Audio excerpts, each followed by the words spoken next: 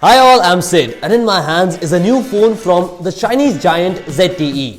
Now this phone's name is Blade A2 Plus, and as I say, every phone needs to have some USP. So the unique selling point of this phone is very clearly written on the front cover of the box itself. More, bigger battery, longer endurance.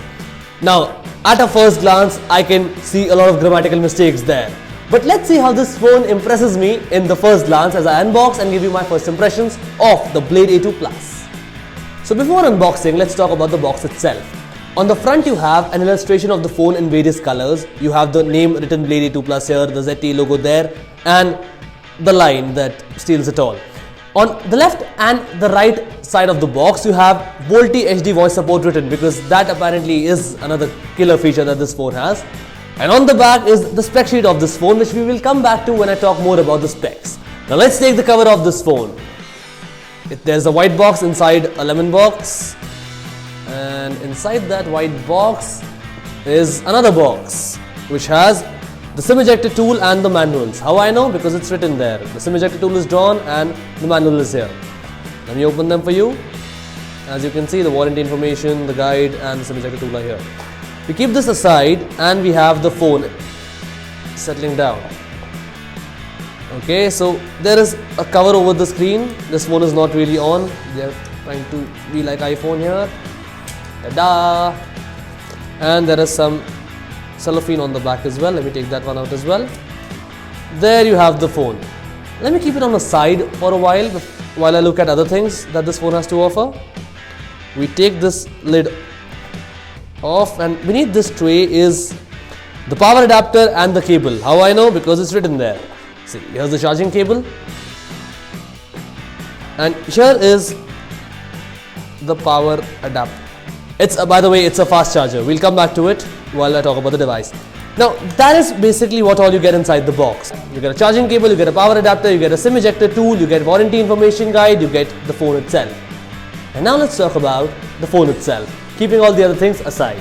So let's start by talking about the designing of this phone. And the first thing that you feel when you pick this phone in your hand is how heavy this phone feels.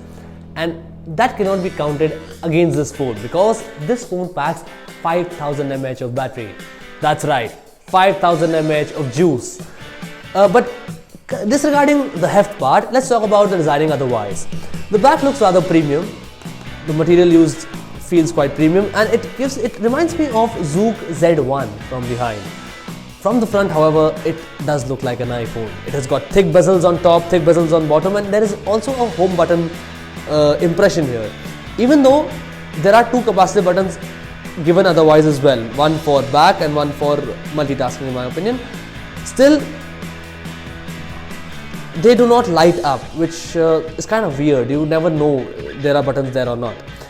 Talking about the user interface, the phone runs on Android Marshmallow, the Android M, but I would rather have it on Android N, which is the latest one. Let me show you quickly here. It's got Android Marshmallow, but being Chinese, it does not have an app drawer, as you can see, and it is also, like its peers, quite colorful. Right now, as you can see, the theme is set to purple, so everything is purple here. You press this, you can pick a color. You make it pink, you make it green, and this changes as well. So it's quite cool, a feature to have, and everything can be customized from here only. Effects can be changed as well, as you can see. So it is a very fun-do operating system in my opinion. But let's talk about the performance. The phone packs in a MediaTek 6750T CPU, which is an octa-core CPU, but it is not the fastest one out there. However, I would withhold my judgments till my full review of this device. Let's talk about the screen now. The screen looks rather interesting. It's not the brightest one out there. As you can see, I've set this phone to highest brightness and still it is not the best one out there. But as you can see in the first theme, which I noticed, oh, that is a cool thing. I just noticed something. It uses the back camera to pick a color. Oh, that's cool. This is a new feature. I have not seen it any other phone. Since I've just unboxed this phone, I'm noticing it here. Basically, it is the same thing that the fill tool in a paint does, or something that fill in Photoshop does. It picks up a color and it matches whatever your it matches it with your background. So if I put my hand there, it becomes orange, it becomes wheatish. And that's a good thing to have. But we'll talk about that a bit later. Let's talk about the display first.